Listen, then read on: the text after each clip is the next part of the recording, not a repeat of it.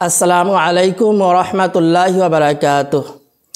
প্রিয় আমার দিন দরদি ভাই বন্ধু সকল ও আমার অতি প্রিয় তবলিগি ভাই সকল, আপনাদেরকে আমি একটা কথা জানাইতে চাই যে মাওলানা সাদ সাহেব যে কাফের হয়েছে, ইসলাম থেকে বাহির হয়ে গেছে, এই বিষয়ে দারুল উলুম দেওবন্দ থেকে কোনো ধরনের ফতোয়া জারি করা হয় নাই।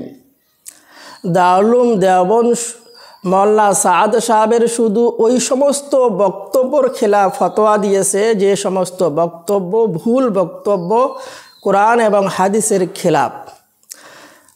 মাওলানা সাদ সাহেব যে ইসলাম থেকে বাহির হয়েছে, কাফের হয়েছে, এই বিষয়ে কোনো ধরনের ফতোয়া দারুল উলুম দেওবন্দের তরফ থেকে আসে নাই। তাই আমরা একজন মুমিনকে, একজন মুসলমানকে কোনোভাবেই কাফের বলতে পারবো না, ইসলাম থেকে বাহির করতে পারবো না। আর আমরা যারা তবলিগি কাম করি, জামাতের কাম করি, তাদেরকে আমি বলছি, আপনারা কোনো ব্যক্তির জন্য তবলিগ করবেন না। তবলিগ শুধু এক আল্লাহর জন্য করবেন, আল্লাহকে সন্তুষ্ট করার জন্য করবেন। আপনারা যদি কোনো ব্যক্তিকে সন্তুষ্ট করার জন্য তবলিগ করেন, সে তবলিগের আল্লাহর কাছে কোনো মূল্য নেই।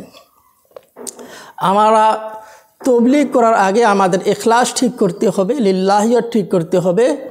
আমাদের কাম শুধু আল্লাহর জন্য হতে হবে, আল্লাহকে সন্তুষ্ট করার জন্য হতে হবে।